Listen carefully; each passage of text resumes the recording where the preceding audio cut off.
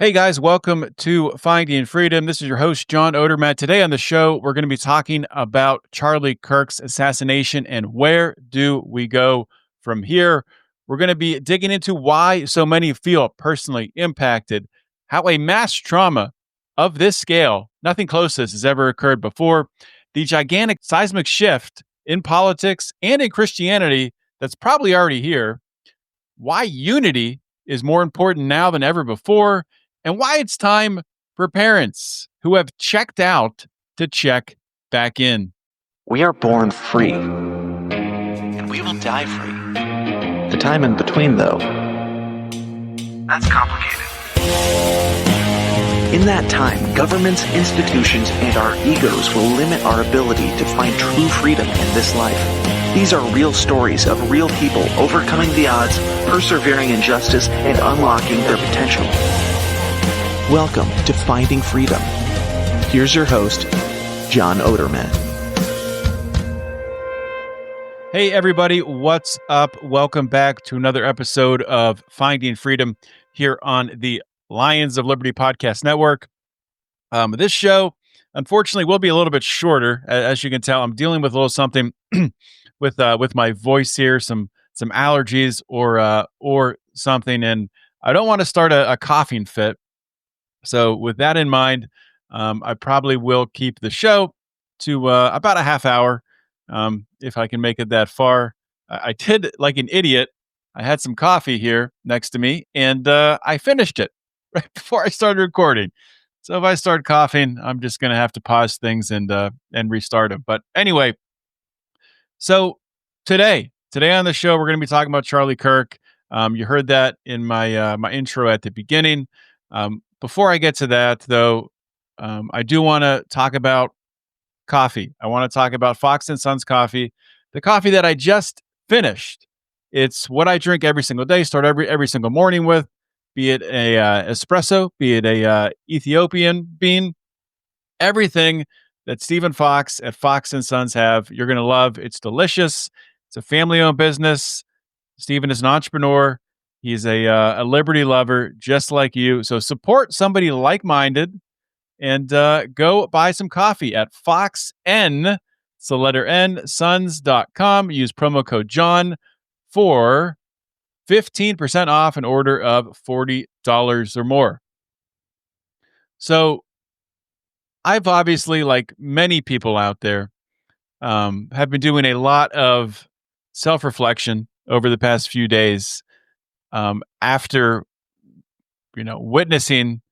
seeing that video of Charlie Kirk being assassinated last week. And, it's interesting. I heard Scott Adams talking about this the other day. I guess it was the day afterwards, or two days after. I actually drove up to Cleveland to look at a potential rental property up there that I was going to be buying with some other investors, and so I had some time to listen to podcasts and catch up on some things.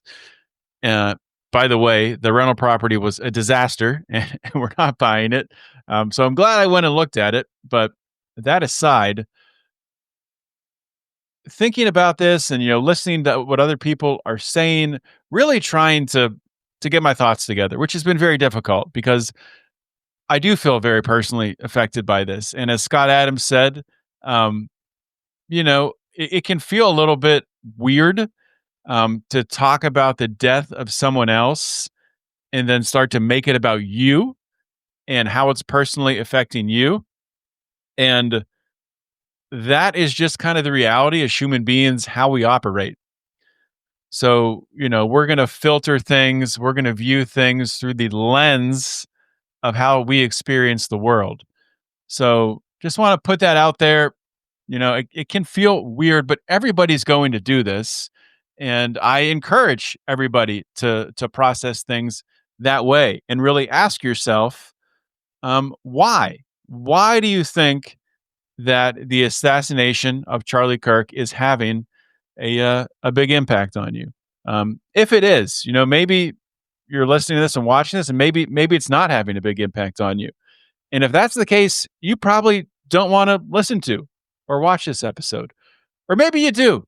maybe you just want to be a fly on the wall and learn how someone like myself thinks and why we're reacting this way. That's actually useful too.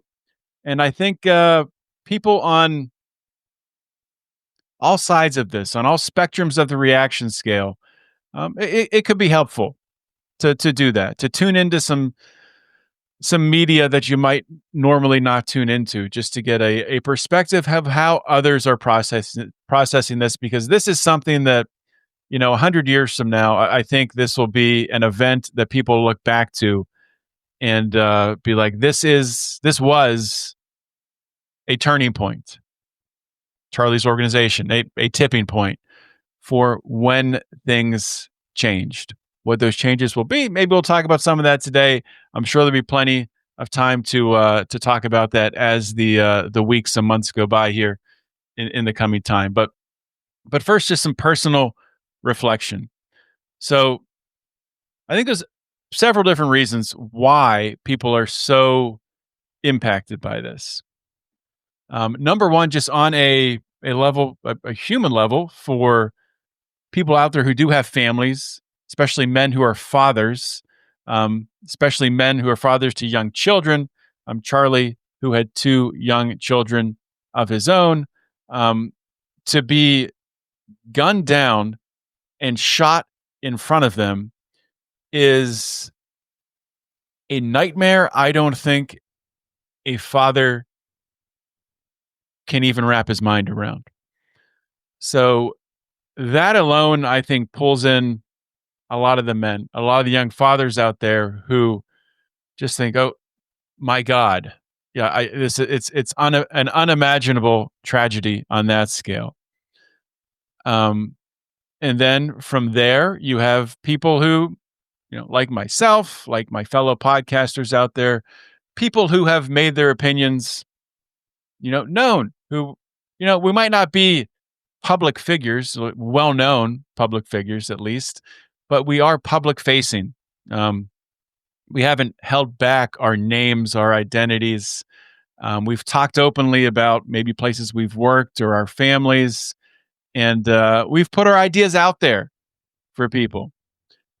And when you realize, and I'll get more into this later, but when you realize that a lot of my ideas are the same ideas that Charlie Kirk has, and you realize that he was killed for those ideas, and you see the reaction of many people on the left, not everyone on the left, I want to be clear there. Not everyone on the left has reacted in a disgusting way, but many have reacted in a disgusting way. And many people who I did not expect it out of personally in my social media circles that I've seen, and I've talked to many others who've experienced the same thing, really have seen some disgusting reactions to this, with people celebrating the killer and saying things like, as we talked about on our politics podcast on Friday, Brian Nichols was saying that, the reaction to this, when someone like a Charlie Kirk dies, you hear people say, well, couldn't happen to a better guy. And that's just disgusting to me. It absolutely is. We can talk about his politics. We can talk about his religion. We can talk about all that. And I'll get into that later today. But just from the point, just from the simple truth, this man was a father to two young children with a young wife, and they are now left alone. They will grow up and be raised without a father. Just that alone, have some decency. But to get into what I was talking about before, so someone like myself or other podcasters, other content creators out there, people who maybe they're not Republican, they're not Libertarian, people in the center, they see something like this and they're like, I have ideas that are similar to that. Like maybe they like me, maybe they never really watched hardly any of Charlie Kirk's videos of going to college campuses with Turning Point and engaging students. I watched some, but very, very few. In the past 4 days here, I've watched hours upon hours of it.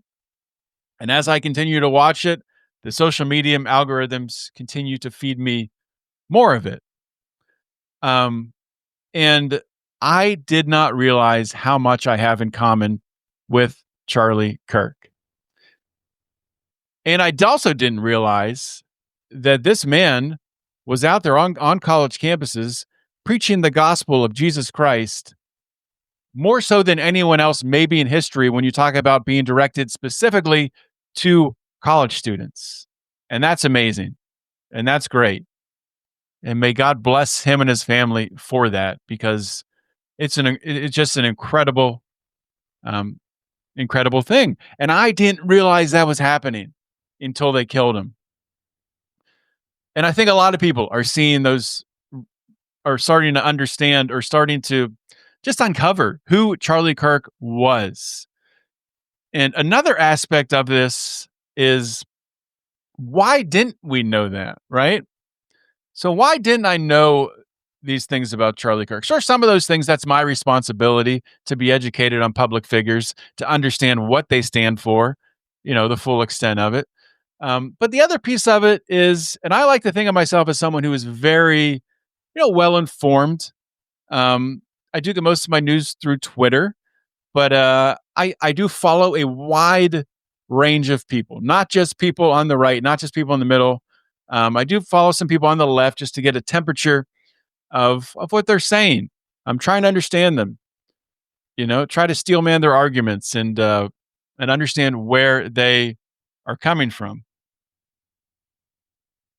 And I think a scary aspect of this is that the left's propaganda against Charlie Kirk, that same leftist propaganda that has a segment of liberals out there, progressives out there, who are saying Charlie Kirk was evil, that same propaganda, I think, had gotten to my mind a little bit, and has said, "Oh, it's Charlie Kirk. He's just a diehard Republican MAGA guy."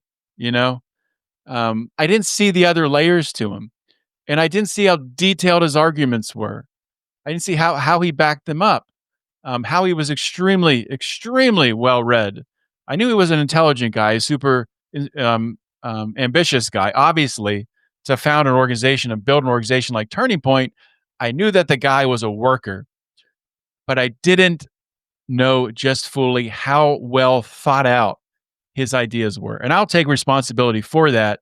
But I think it's also worth pointing out that, people like myself in the liberty movement and the freedom movement, conservatives, libertarians, we kind of think like, oh, yeah, the left, the media, the mass media, they have no influence on us.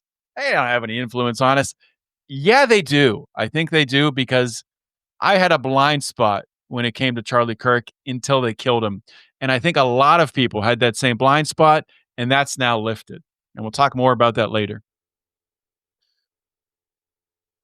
And the other thing I talked about before, I didn't understand just how powerful Charlie was at bringing that message of Jesus Christ to college campuses. Now, I'm a Christian. Obviously, I've talked about it a lot. You listening out there, you may not be a Christian, and that's okay. I pray that God would soften your heart and come into your life, and that you would be pulled to the church, pulled toward the gospel. Nothing. I can't do it. I'm not going to have what I say today is maybe it will. Maybe something I say today will be a trigger that will have you go to church. But that wouldn't be me saying it. That would be God just using me as a vessel to speak to you. So it's nothing that I would be doing. And in the same way, it's nothing that Charlie Kirk did. It's Charlie Kirk allowing the Lord to work through him and speak to all these young men and women on college campuses. So another aspect of this is, I've been on. I really don't comment on a lot of Facebook stuff. I probably do more than most, to be honest. But in the past couple of days, I've been commenting a lot more, and on people's posts who, maybe their views don't align with me on this 100%. And a friend of mine, Chris Spangle from We Are Libertarians, I think he's been, not to criticize Chris, I'm not criticizing him. I'm just saying what he was doing, at least from my perspective. Trying to get people to, not just go fully off a cliff in one direction or the other, either side of this Charlie Kirk reaction. And one of Chris's posts, I kind of tried to explain, something that I'd heard on some different podcasts, and I think this is real, and that the reason why so many people on the right, so many people who can personally relate to Charlie Kirk and relate to what he talked about and relate to what a loss like that will do to his family personally, and they kind of feel it's left a hole inside them, really. And the reason for that is because as human beings, this is what I posted on Chris's status. As human beings, we haven't evolved from a village mentality, right? So what does that mean? So we have mass media now. We have all these social medias. We still have the legacy media. There's obviously books, and you're still people talking at the water cooler, and you're doing FaceTimes and Zooms and all these different things. There's just being bombarded with information. But at the same time, our brains have not adapted to handle this much information. Our brains have not adapted to handle a massive, massive media trauma that occurred last week when millions of people watched a video where a 31-year-old young man was murdered, was shot, and people saw the gruesome murder happen. And nothing like that has ever happened at that scale before. So you have a mass trauma happening at a mass scale. Not to say there haven't been mass traumas before.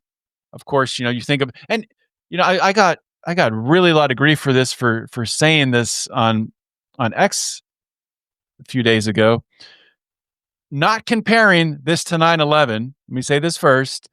I did say this on 9/11 though, which was pretty stupid in hindsight, but hey, live and learn. So not to compare Charlie Kirk being killed to 9/11. I'm going to say it one more time. I am not comparing 9/11 and the people killed on 9/11 and what it led to and the wars we got drug into and the trillions of dollars spent. I'm not comparing that to Charlie Kirk being killed. What I did compare in a comment on X was the mass trauma experienced in those who saw 9/11 as it played out, the Twin Towers falling, planes hitting the Twin Towers, to a 31-year-old man being murdered on their Twitter feed. That's a similar scale of mass trauma. Not the same thing. They're not the same scale of mass trauma for people to experience. And when that happened, so you have this mass trauma that happens, but people don't process it. You don't process it in a way that it's hard to even it's hard to communicate what I'm trying to say. I'll say it this way. The way that you process it is that your village has just been attacked, because our human brains are still wired that we live in a very small community that we're protecting. And to a point that is very true, but especially for those of us who have families, we are protecting our family. And this is millions of people experiencing mass trauma, seeing someone that maybe the first time they saw him get shot, they didn't personally identify with him. But as time goes on and you start to learn more about Charlie Kirk, people are even relating to him more and more. They're relating to him more. Either they have the same faith, or through the family, or through, sharing the same ideas. And that happens, and people are defensive. They're going to defend their village. So that's what we've seen over the last few days, I think, with the right coming out with a cancellation of people on the left who have said mean things about Charlie Kirk, saying that saying it was a good thing that he died, saying that he was evil, saying that he had detestable ideas, which we'll talk about it later. He really didn't. When you listen to what he said, he really didn't. But that's the way this has been processed. People are defending their village. And this is going to continue to build and to build and to snowball. And I don't think, first of all, I don't think I have a good idea on how this is going to play out. I think I have an idea. Things are really in motion now. Obviously, as time goes on, like everything, we'll learn more. And, anybody could say, this is going to lead to a landslide victory for Republicans in 2026. I don't know that. I mean, I really don't know how this is going to play out. I do know that a lot of people have been radicalized. Maybe more people have been radicalized in a short period of time than ever before. Now, when I say radicalized, I don't mean they're radicalized and they're dangerous now. I don't think, being radicalized implies danger. Maybe some people think that, but I just want to be clear for those of you listening and watching, I'm not saying radicalized means that they are going to be a threat to others. Some may. I'm not saying nobody will be. Some certainly could be. But the vast majority of people who've been radicalized by this, I don't think they're a threat of violence in any way. But I think they are a threat to authority. They are a threat to the way this world has been built that we're living on, and changing it and reforming it. And in many ways, last week started off with another terrible mass trauma, not on the same scale as Charlie Kirk, where people saw a video on Twitter of a young Ukrainian refugee stabbed in the neck by like a 16-time repeat offender, many times violent repeat offender, on a subway in Charlotte. And then 2 days later, they see Charlie Kirk get murdered. And on the subway murder, obviously, that goes back to leftist policies. That goes back to these leftist mayors, leftist politicians who allow these violent offenders to walk free and don't keep them contained and off the streets and keep people safe, and blame you for bringing it up, that they should be kept off the streets, and say that, oh, well, we can't release the footage from, different public transportation, cameras from around the country because it would make people racist. People deserve to know what areas are safe, what areas aren't safe, and, how they should react to it. There's nothing racist about reality. Just put it out there.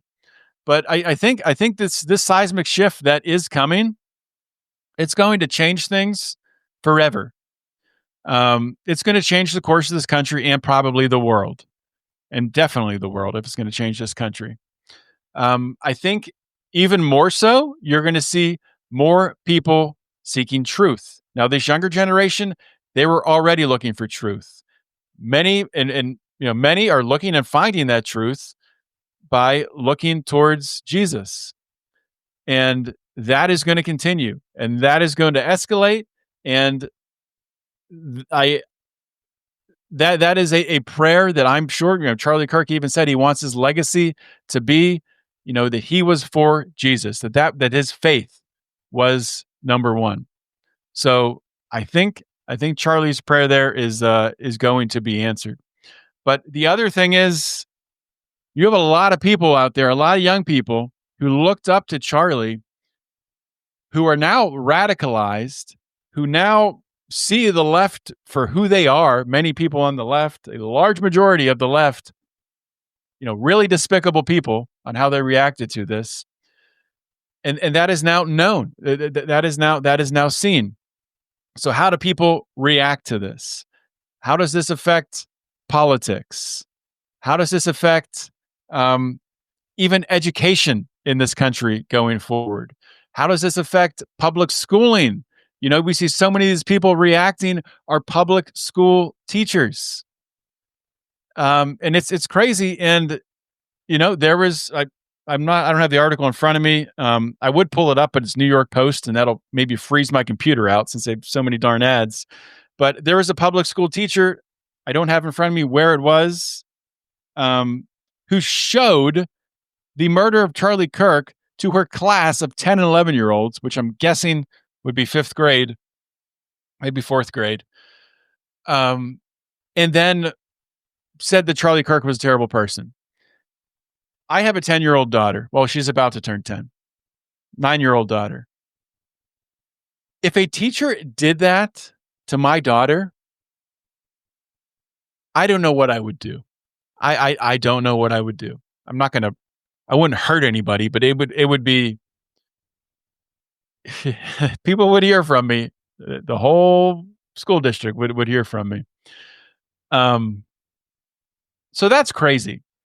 And similarly, closer to home here in Mount Lebanon, I live in I live in the South Hills of Pittsburgh. I grew up in Mount Lebanon, just a small town outside of Pittsburgh. And a teacher there, first grade teacher,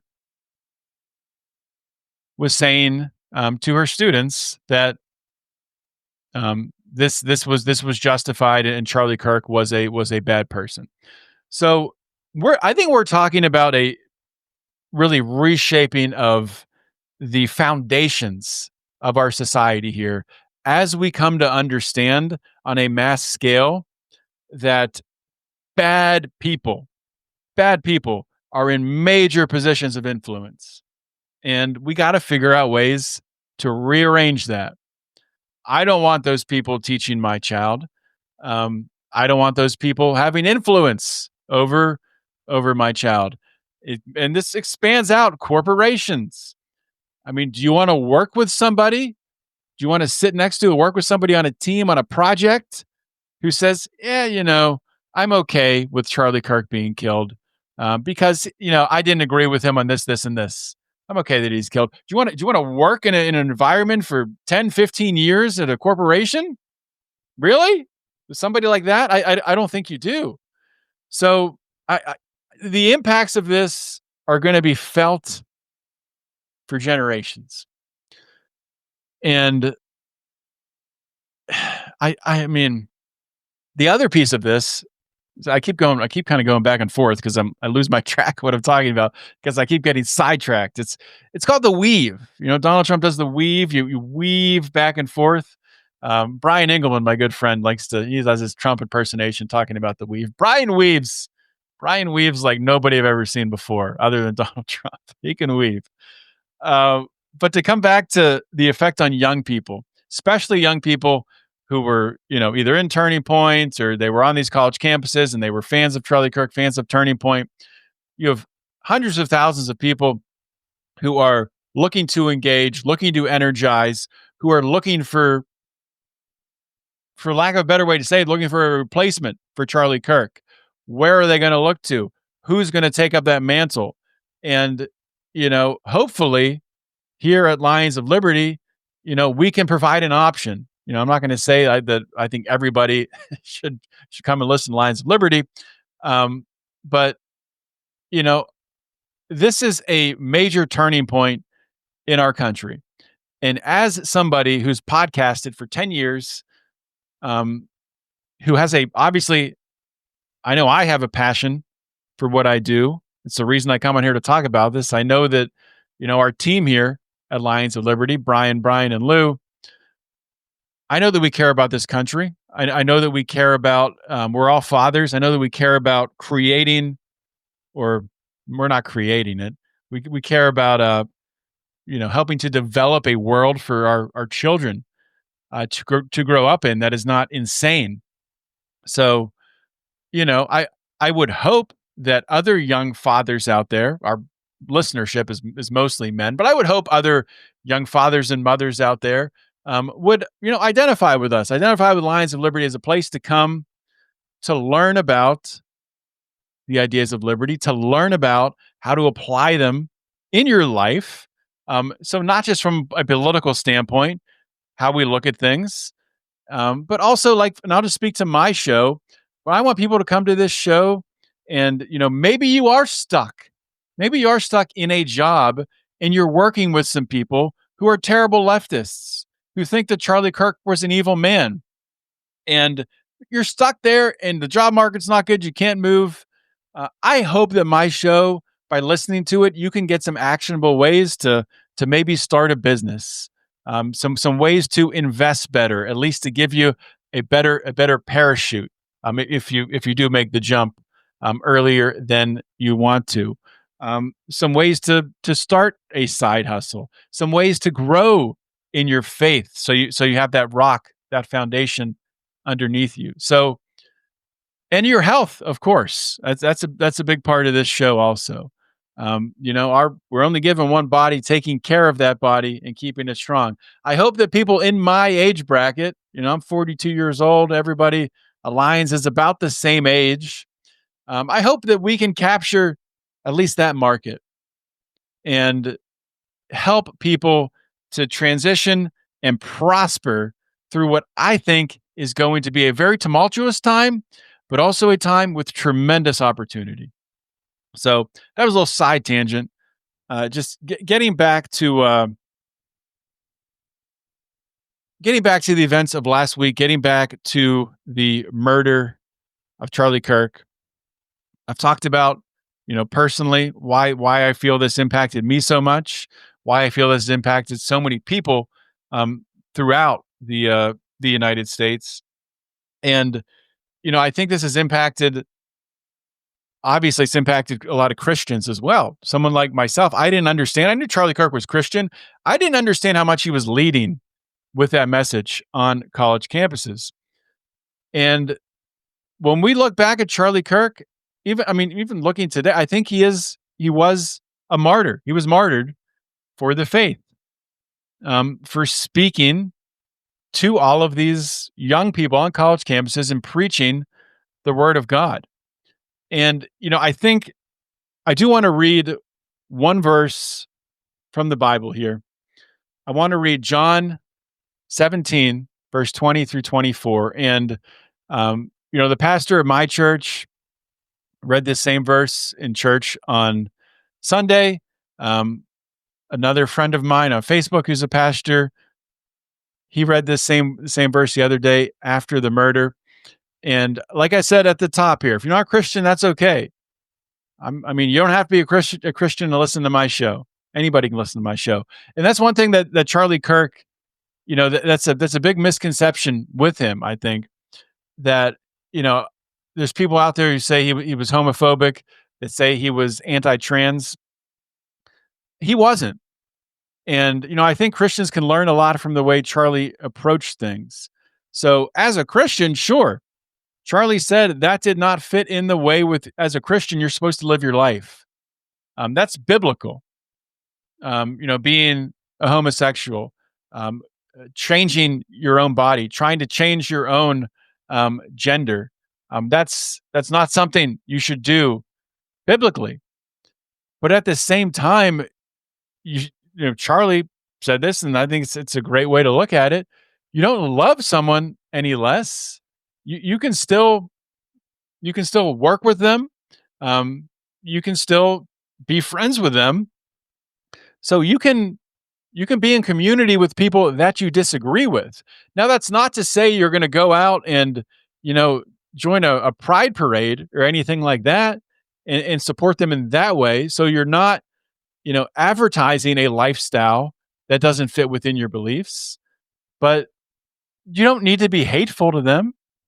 It's no different. When you talk about sin, it's no different than, someone who is, has a major drinking problem and is drunk all the time, or someone who has a pornography problem and is looking at pornography hours a day, just polluting their mind.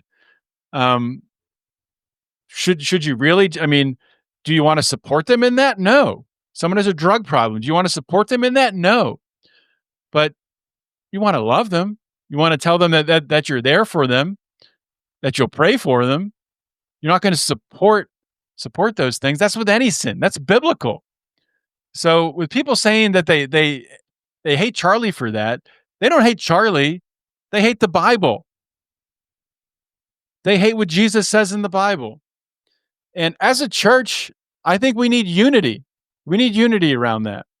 And the what I wanted to just read today, and I don't think I've ever read from the Bible or ever read from the Bible, if I could speak properly, on my show before. I don't know if I will again or if this become regular. I have no idea. But this is Jesus, his prayer for his future followers. This is right before he was arrested. This is John 17, verse 20. I do not ask for these only, but also for those who will believe in me through their word, that they may all be one, just as you, Father, are in me and I in you, that they also may be in us, so that the world may believe that you have sent me. The glory that you have given me, I have given them, that they may be one, even as we are one. I in them and you in me, that they may become perfectly one, so that the world may know that you sent me and loved them even as you loved me. So I think this is a message for the church. This is a message for Christians. You know, this is the time. This is the time for unity. This is the time for coming together. I'm not one of those people who, makes predictions. I don't think anybody should do this where you say Jesus is coming back on, X date or Y date. I have no idea. I don't know if it's in 10 minutes or 10,000 years. And that doesn't really matter. The point is, as Christians, we need to stop attacking each other and find the areas where we agree. And that's with Christ. And unify on that principle, unify on Christ's, on having faith in Christ's death, burial, and resurrection. So I'll just leave that at that. I've had some people message me over the past few days who I have been posting obviously a lot more about my faith over the last couple of days. And I have some people reach out asking for, what should I read? Where should I start reading in the Bible? So if anybody does want to reach out to me, you can always get me on Twitter at John Odermatt. You can email me, john@lionsofliberty.com. I'm on Facebook too. You can find me there. I'm on Instagram at John Odermatt. I'm not a pastor. I'm not a preacher. I'm not perfect. No Christians are.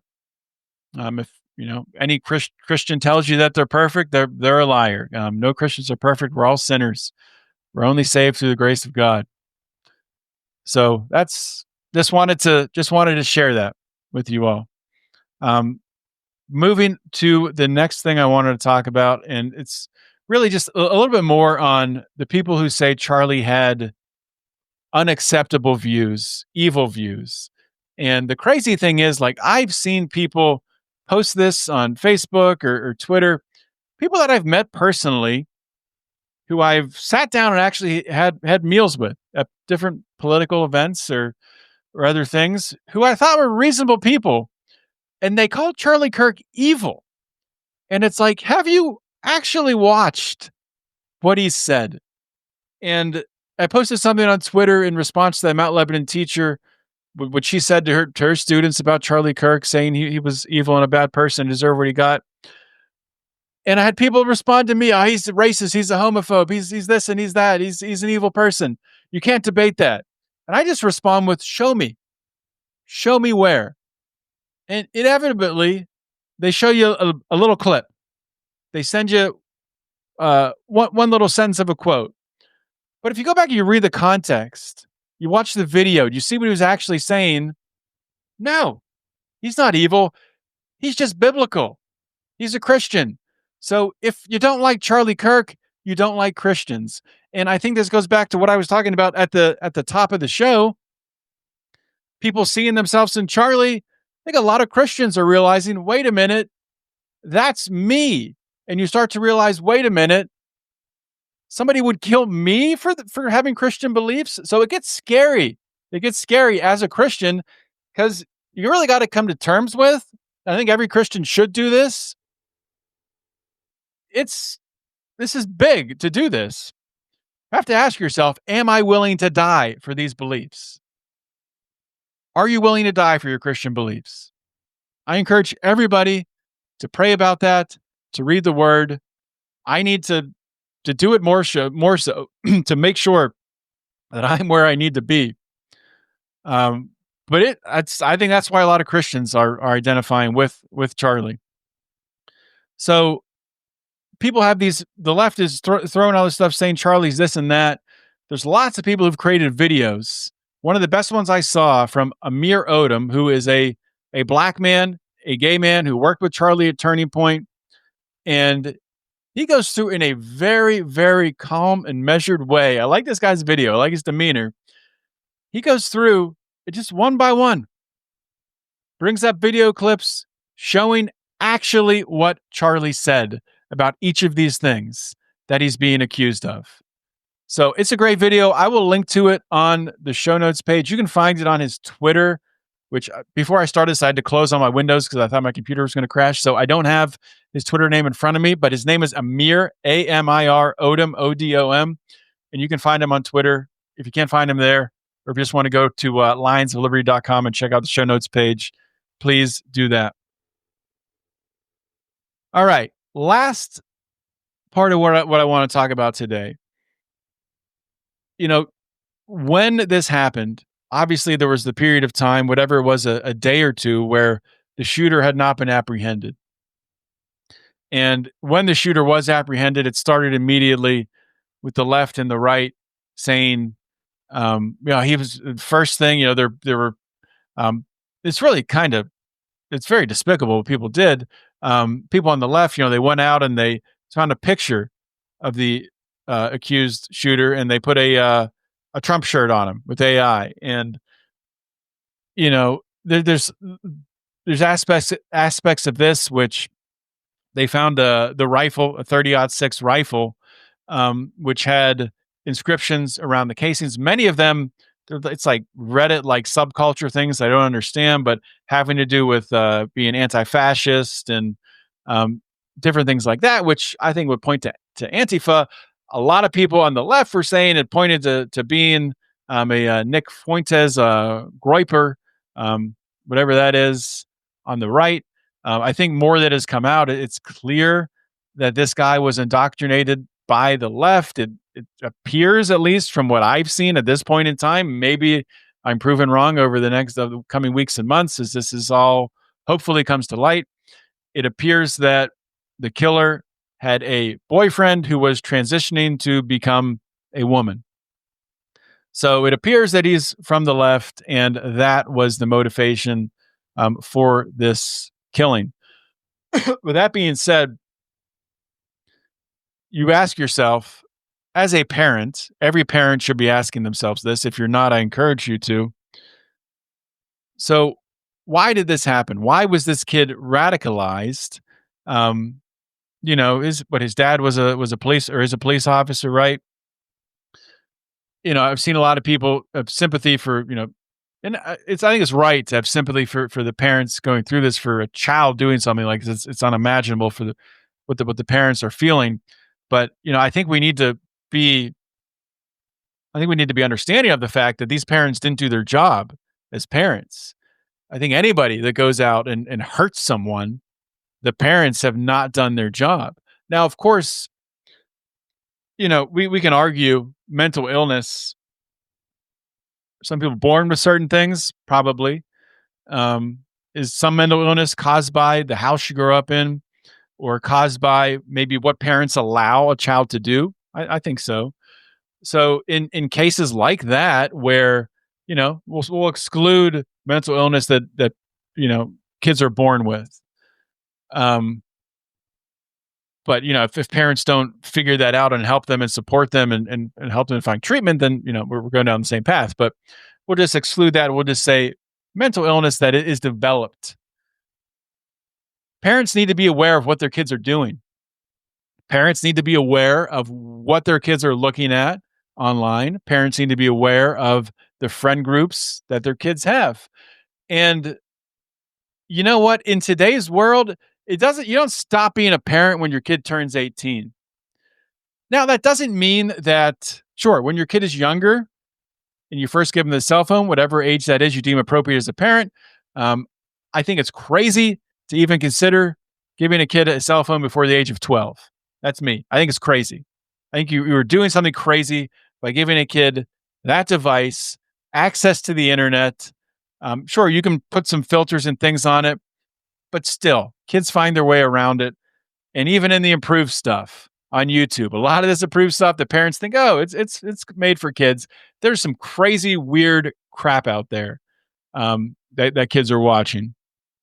So parents, I mean, it's interesting because a lot of parents, they'll just give their kid an iPad, right? You're at a restaurant, you're in the car, here, iPad, iPad, iPad. Don't bother me, iPad. Don't bother me, iPad. My wife and I, we haven't done that with our daughter, and thank God for that, because she does have her Chromebook for school and that, and she we do let her use that too outside of school. We do let her use my wife's iPad from time to time to do art hub videos and things like that. But parents that just give their kid an iPad and just let them go, like I that's crazy to me. I mean, there's the aspect of it, just putting aside the outside influences on their kid that they don't know about, but just that much screen time at an early age and the unknown effect. We don't know what it does to development, what it does to creativity, to that side of your brain. I remember when I was a kid, and if I had a sports practice or something, and my mom or dad dropped me off and it was over, what did you do? If it ended early, or if your parents were running late, you just sat there. Sometimes you were the only kid sitting there, and you just sat there, look around, kind of imagine things. Might pick up some pebbles and throw them at a parking sign. Kids today don't have like any of that. They don't, the kids that are given an iPad, I should say, because a lot of parents are great and they don't just throw an iPad at their kids. Kids need to develop the skill of learning how to get through boring stuff, because there's going to be a lot of boring stuff in life. And I mean, even now, like I really have to check myself sometimes. Like if I'm at the grocery store, just picking up some things, get in line with my items. I'm behind someone else. Maybe they got more stuff. And I'm like, oh man, I'll be here for 5 minutes, rather than going right to your cell phone, looking down and just doom scrolling, whatever you're looking at. No, look around. Open your eyes up. Look around. Notice the world around you. Notice the person in front of you. Notice the cashier that's there. Maybe you make eye contact and say hi, rather than just having your phone down or having AirPods in as you're grocery shopping or whatever you're doing. Be aware of your surroundings. This is a wonderful world with people everywhere. You're allowed to talk to them. You're allowed to have interactions. And I am, convicting myself on that as well. That's something I need to get better at. So there's that aspect of it with little kids, where we know no idea what all that screen time is doing to them emotionally, from a creativity standpoint, from an intellectual standpoint. We really don't know the long-term effects of that. This is all very new. And the other piece of it is, as kids get older, and sure, you're not going to you can't track your kids, everything they do online. It would just be crazy to try to continue to, especially after the age of 18. You can't. But you need to teach them the skills on how to police themselves. And you know what? A lot of the time we learn that by policing ourselves. And once again, pointing back at myself, I need to do a better job of that. If I want my daughter to have a healthy relationship with a cell phone, with an iPad, with a computer, with whatever, with AI and how we use AI, I need to have a healthy relationship myself. And I'm pointing 2 fingers back at myself, because that's an area I need massive improvement. And the other piece of that is, sure, we're not going to track what our kids are doing, especially over the age of 18, what sites they're going to, but we need to talk about it. Ask them about it. What'd you do this weekend? Oh, I was online gaming. What were you gaming? do you have friends there? Who are you talking to? What do you guys talk about? Be a freaking parent. Ask questions. Be curious. Learn. I mean, so many times, like parents are like, "Oh, he's gaming. I don't talk about that." And I was never a gamer. I don't think my daughter is going to be a gamer. So I'm not an expert in that area, but a lot of people my age, they still play a lot of video games. So I would think it would be easier to relate, maybe, to your kid who's also gaming, to ask questions and understand who their friends are, who they're meeting, what kind of crazy Reddit subculture are they getting into. Because to go back to the village thing at the very beginning, our brains are programmed that we live in a village. So people who don't have that village close to them, they don't have maybe a family with raising the kid, they don't have a wife, they don't have close friends, they're going to go out, they're going to find that village, guys. They're going to find it. They're going to find that village. And that village, as a parent, you better know who is in your kid's village. Who is influencing them? What are they saying? What's their background? What are they for? What are they against? What kinds of ideas are they bringing into your son's or daughter's ears? I mean, it's like common sense, but I feel like people don't think about this. And they don't prepare. They don't think about how they're going to prepare their son or daughter for this as a parent. It is your job to shepherd your own child as a parent. Full stop. Your job. And if you don't do it, it's your fault. And if you don't want to do it, don't have kids. I'll leave it at that, guys. I didn't know where this episode was going to go. Originally, I said I was going to talk for about 30 minutes. We're past 50 minutes, so good job there, John. I just more than anything right now, I worry about this country spiraling out of control. I worry about hate being fueled between different factions in this country. I don't really think a civil war is really possible in this country. I just think people have too much invested in living their life and not having bullets flying at each other. I hope I'm right there. I pray I'm right. But I worry about other things. I worry about how people are going to treat each other. I worry about families being torn apart, friends being torn apart. Yeah. So I mean, I think potentially we could be entering some dark times here in the next weeks and months. I pray that if it is, that it's short and we come out better for it on the other side. I do think we are going to experience and are experiencing a tidal wave of change that was set forth this past week. I think a lot more people are going to be looking at politics, their communities, hopefully, and how they parent their children. They're going to look about how they can be more involved, how they can be more acting in a way that they're making positive change. I hope a lot of that is people coming to the church, coming looking for truth in Jesus Christ.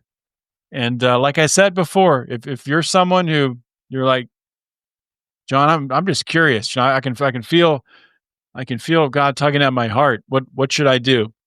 Come and talk to me. I'd love to talk to you. And that goes for anybody. I mean, even if you're not feeling that, anybody who listens to this show, you can reach out to me at any time. All right, guys, that's it for this week. Love you guys. It's been a tough week. Hope everybody's hanging in there. I'll see y'all next week with an interview, I think. And in the meantime, always remember to keep your head up and the fires of liberty burning.